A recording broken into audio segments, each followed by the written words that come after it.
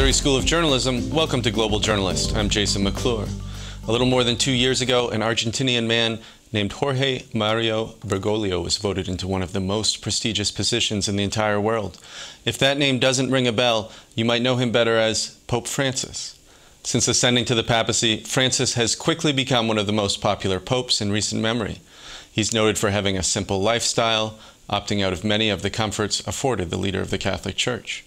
While some of his predecessors were chauffeured about Rome in luxury cars, Pope Francis's ride was a humble Ford Focus hatchback.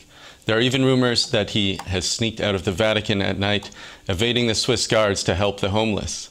Whether that's true or not, Pope Francis has garnered support from non-Catholics with his strong stance on priests who have abused children. His affable personality and benevolent actions have endeared himself to the 1 billion plus Catholics around the world. Some liberals have been endeared by his conciliatory statements on issues such as homosexuality and divorce. And he even tweets. So what's it like covering Pope Francis? Joining me from the Vatican is Charles Collins, a correspondent for Radio Vatican.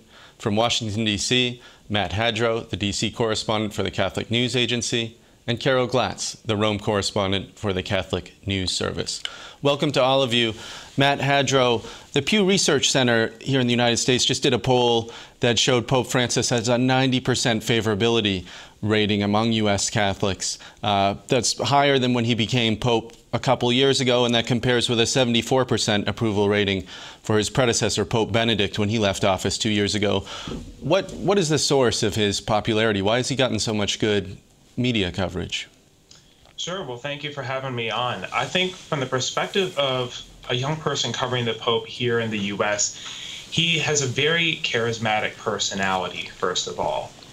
He also radiates a lot of Christian joy in his personality and in what he says. And I believe this rubs off in how people view him. He's very direct. He's very conversational.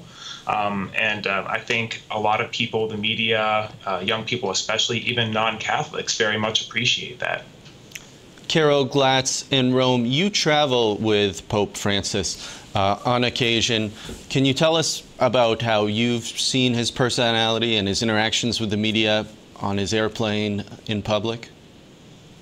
Yes, he is very personable. I mean, he looks people in the eye. He will take questions directly from people. That was one thing that had changed on the papal plane. You had to submit questions ahead of time. They weren't exactly vetted, but let's say they were kind of sifted through and the most frequent ones were picked out. And then that way Pope Benedict had a chance to think about its answers, but he always answered off the cuff.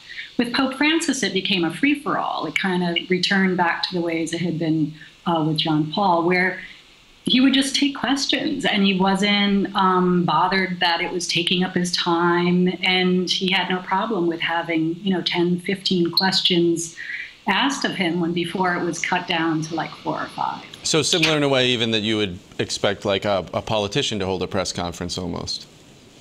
In a way, yeah. He's obviously someone who is used to talking to regular people, and you can see he gains from it. He likes to know what people think, and he'll joke around with journalists too. He makes fun of the whole situation. Like on one of his trips, they had joked like, "Here you are in the lion's den with all the lion journalists who are out to attack." He's loosened up what could have been a tense relationship between the media and the Pope. And Charles Collins of Radio Vatican, how do you see his interactions? How do they compare with his predecessors? You've covered the Vatican since 2001, so you've seen a couple of popes. What do you make of his approach? I think he brings back a lot of what you saw with John Paul II, that personability. I mean, I worked with John Paul II when in his final years, where you didn't see him getting out of a chair that often, and you could still see the twinkle in his eye, and he could still get a crowd going. And Pope Benedict was much more cerebral and you can say in many ways shy, and he did not have that natural charisma. He had his own charisma, but it wasn't that same crowd-pleasing charisma. And Pope Francis has brought that back, and as Carol said, he is very personable. He speaks off the cuff a lot, which sometimes can be frustrating for those covering him. But it is a very new way of covering the Pope. And in our offices, we close, and it used to be we'd go home for the day. We kind of knew what was going to happen. But with Pope Francis, it's always a surprise. And Carol Glatz, he has a Twitter feed with something like 6 million followers. Does he tweet himself? How does he manage and interact with people online? I think the 6 million is just the English account. I think if you add up all the other languages, it's more than 10 million. I don't know what it's become, but it's huge. He doesn't physically punch the keyboard. There's a department called the Pontifical Council for Social Communications, and they're the ones that handle the Pope's Twitter account. And it was really under Pope Benedict that began, that started. And I think a lot of people forget that Benedict kind of made some really innovative inroads when it came to social media. He was the one who understood that Twitter was sort of, dangerous ground, so to speak. You were, if you had an account, you were open to people being critical in responding to your feed. And he understood that, and he went forward and said, no, if this reaches a lot of people, the Pope should have an account. So it began with Benedict. And again, they don't physically tweet, but these are tweets of things the popes have said, and either they're passed through them, or they approve of it, or they're aware of what's being tweeted. Matt Hadro, I wanted to ask you as well about one of the statements that the Pope made relatively early in his tenure that got a lot of attention. If I understand correctly, he was on a plane with a group of reporters, and he was asked about homosexuality, which has long been a taboo topic in the church. And Francis said, if someone is gay and he searches for the Lord and has goodwill, who am I to judge? I believe this was in reference to gay priests. What do you make of that? And that obviously got a lot of attention. Was that deserved? Well, Pope Francis in that statement was, really just reflecting church teaching in the gospel, which is that, we must make, judgments about whether or not an action is wrong, good or bad, but we must never judge the condition of another person's soul. He has said that I am a son of the church. So I think in that statement, he was reflecting all along church teaching and really the gospel. And Charles Collins, do you see a difference in emphasis on that issue? A difference in emphasis? I think so, yes. You don't hear a lot of statements coming out about homosexuality under Pope Benedict. There was an instruction about homosexual seminarians. It's still in force, but you haven't heard people talking about it that much. I think a change in emphasis, it's just a change in attitude. As we said earlier, Pope Francis is much more colloquial, and the Pope saying something like that, who am I to judge? It makes news because popes don't speak like that. And again, and people forget, right after that, he said, this is what the Catechism says. He started quoting the Catechism. So I don't think it's a change in emphasis as much as it's a change in attitude, if that makes sense. This is Global Journalist. I'm Jason McLure. This week we're looking at Pope Francis, 2 years after he was chosen to lead the Catholic Church. Joining me from the Vatican is Charles Collins, a correspondent for Radio Vaticana.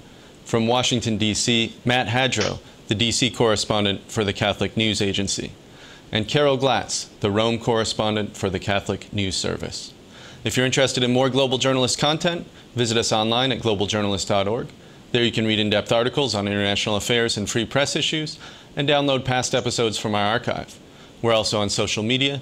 You can like us on Facebook or follow us on Twitter @GlobalJourn. Carol Glatz, tell us just a little bit about how Pope Francis addressed some of the challenges that the Church faced when he came. In particular, there was a lot of coverage of the scandals at the Vatican bank in 2013 when Francis came in. And I understand he instituted a number of reforms to address that. How successful has he been in addressing that issue? Pope Benedict had started a number of really important reforms within the banks and the financial institutions in 2010. And there was the famous Vatican leak, in which confidential documents were leaked to an Italian journalist. And so a lot of stuff had come out in addition to, long-held rumors about corruption. And so when the conclave was held that elected Pope Francis, there was a huge demand from the cardinals that whoever was the Pope had to really work on this image of corruption. Not just the image, but also in reality, like really do something to the structures of the rules to clean things up. And what's been really interesting about Pope Francis is he's not just interested in procedures and making things fit international standards, which is what he is doing. He is really concentrating on converting hearts and minds, because at the end of the day, you can have all these rules and regulations that need to be followed, but if your heart isn't genuinely interested in being honest and being a servant, none of those rules and regulations and reforms are going to mean anything.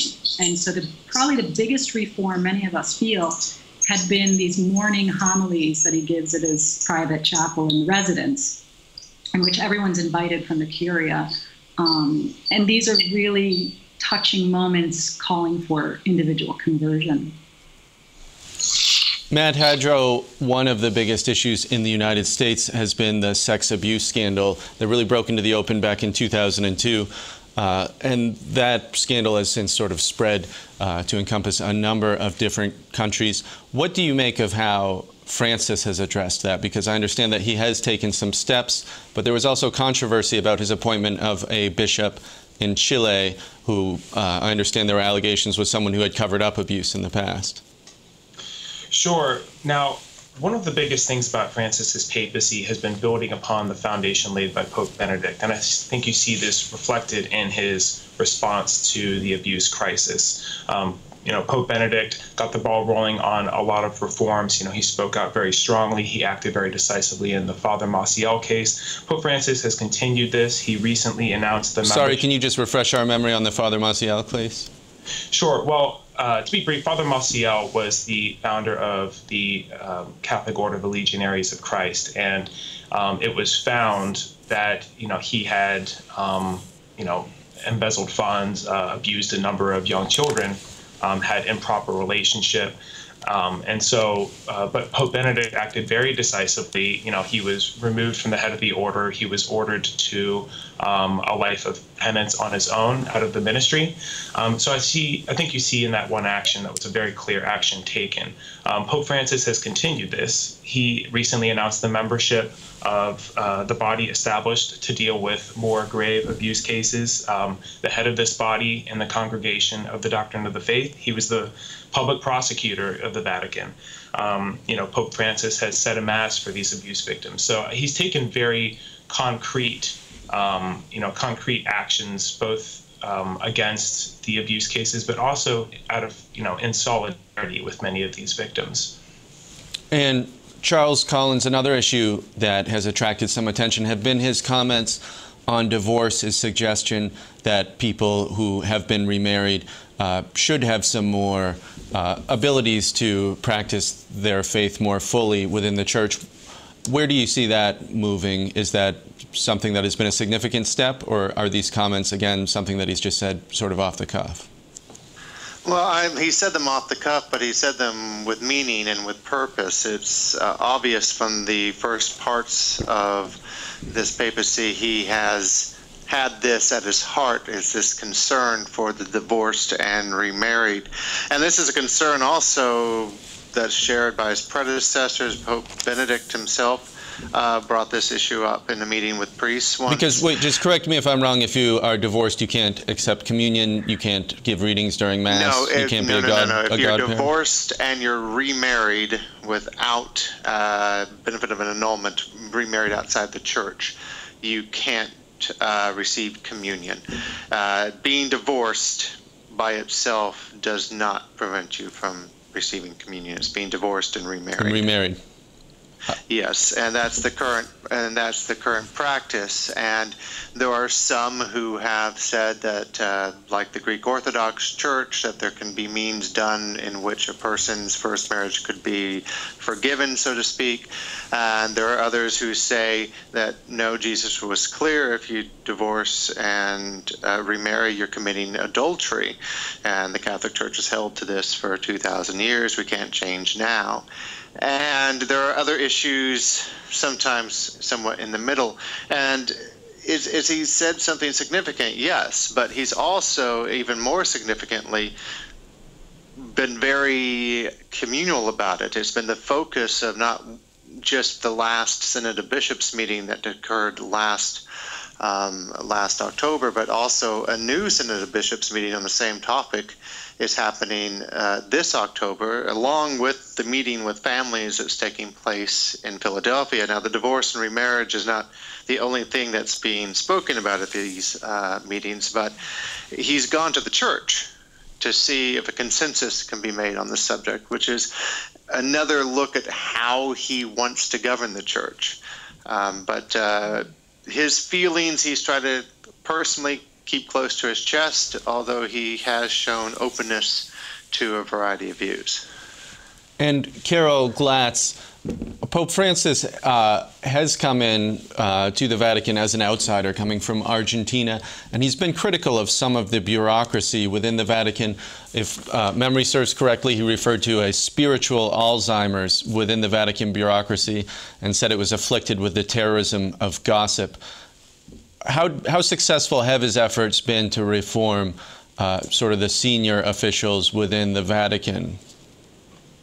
Well, all I know is every time he comes down hard on no backbiting and no gossip, I feel awful. I mean, it hits me when I read this and I have to write about it, because who isn't guilty of this, griping about, people? And he's saying something that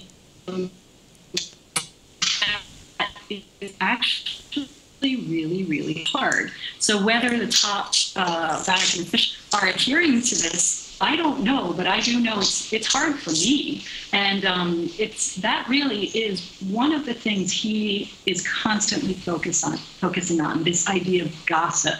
He's called it a kind of terrorism. He even told the Vatican Police and Guard to watch out for it. It was a very destructive weapon that hurts people. So again, I mean, everyone has to look at him and herself at how well they're doing in many of the things he's asking us to do. This is Global Journalist. I'm Jason McLure. This week, we're looking at Pope Francis and his time as leader of the Catholic Church, as well as how journalists are covering this very outgoing pontiff. Joining me from the Vatican is Charles Collins, a correspondent for Radio Vatican. From Washington, D.C., Matt Hadro, the D.C. correspondent for the Catholic News Agency. And also from Rome, Carol Glatz, correspondent for the Catholic News Service. If you're interested in more Global Journalist content, visit us online at globaljournalist.org. There you can read in-depth articles on international affairs and free press issues, and download past episodes from our archive. We're also on social media. You can like us on Facebook or follow us on Twitter at GlobalJourn. Matt Hadro, one of this Pope's most outspoken critics from within the Church has been a U.S. Cardinal Raymond Burke, someone who was formerly the Archbishop of St. Louis here in Missouri. Burke has been critical of a number of the Pope's comments, including on homosexuality, and he's likened his leadership to the Church being like a ship without a rudder.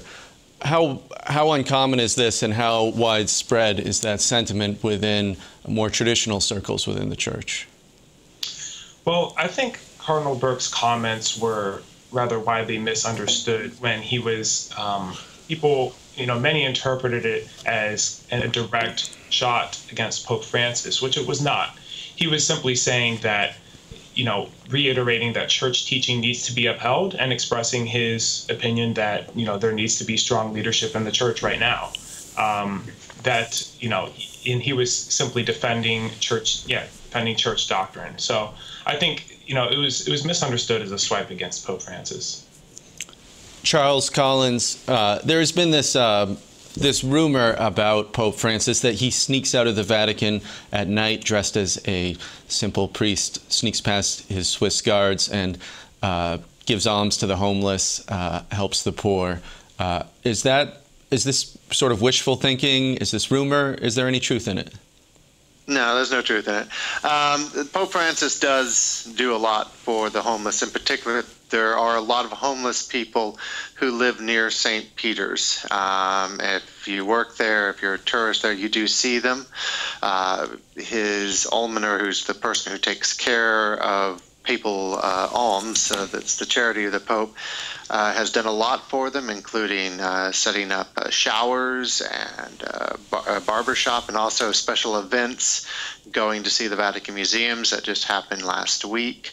Pope Francis takes care of the homeless in Rome, but I don't think he gets past the Swiss guards. The Swiss guards are pretty good at their job.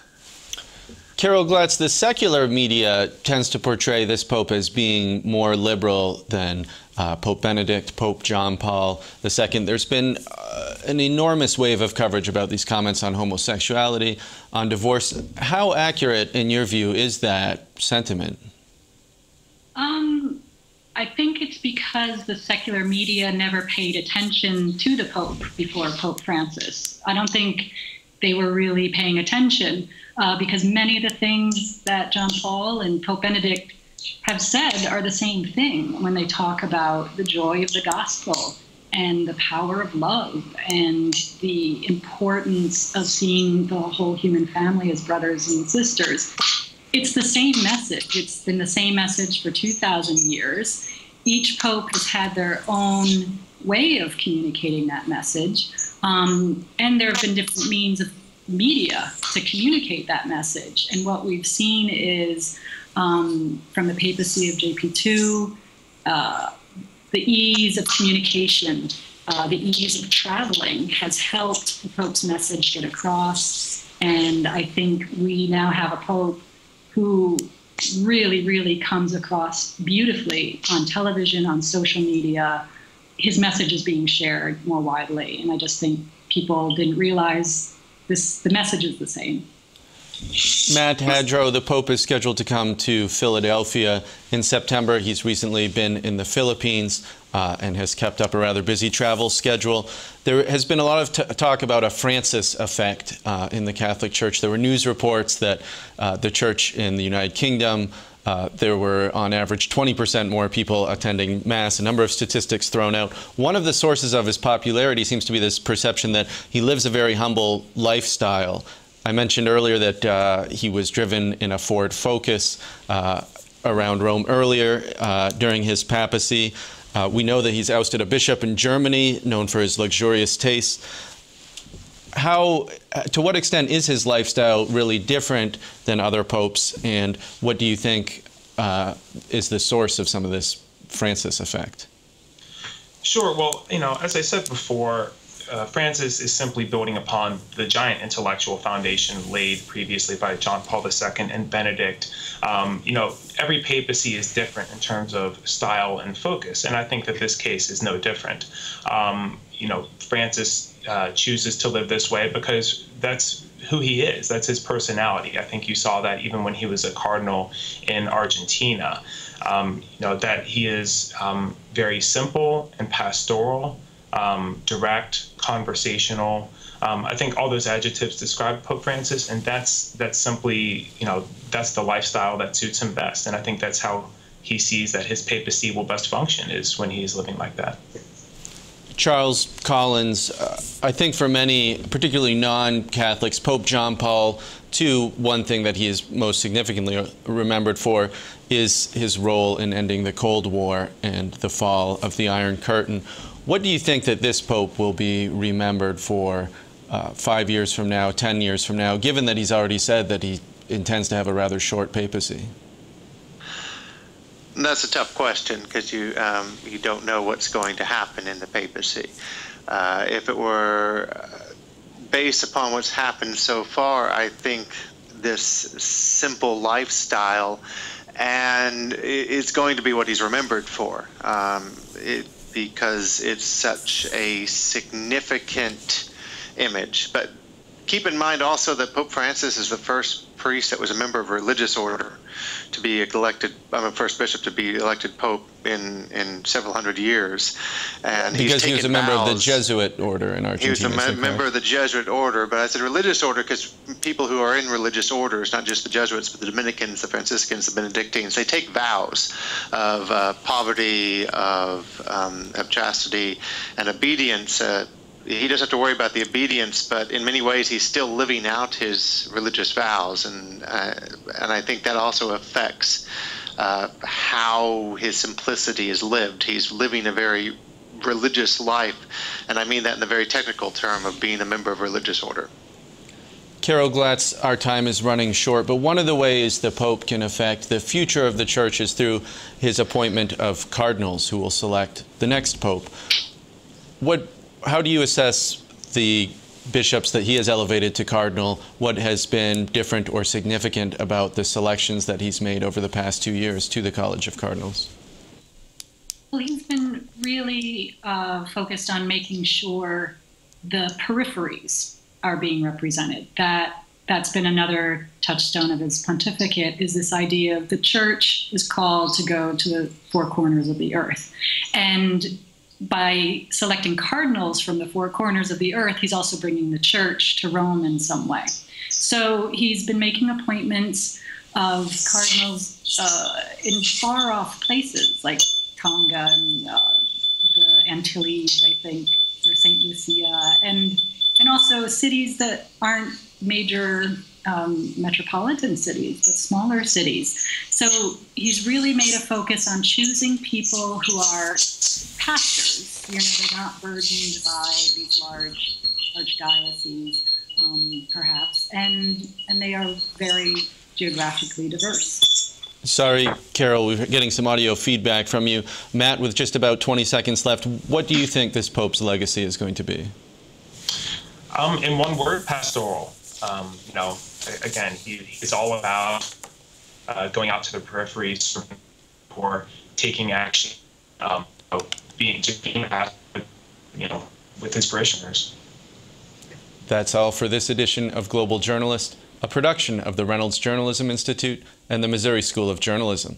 Many thanks to Charles Collins, Matt Hadro, and Carol Glatz for joining us. Global Journalist executive producer is Joshua Kransberg. Our assistant producers this week are Taylor DeHaze, Lucrezia Lotza, Hong Zhao, and Kara McLean. Global Journalist studio director is Travis McMillan from RJI, and our audio engineer is Pat Akers of KBIA. For all of us at Global Journalist, I'm Jason McLure. Thanks for joining us. We'll see you next time.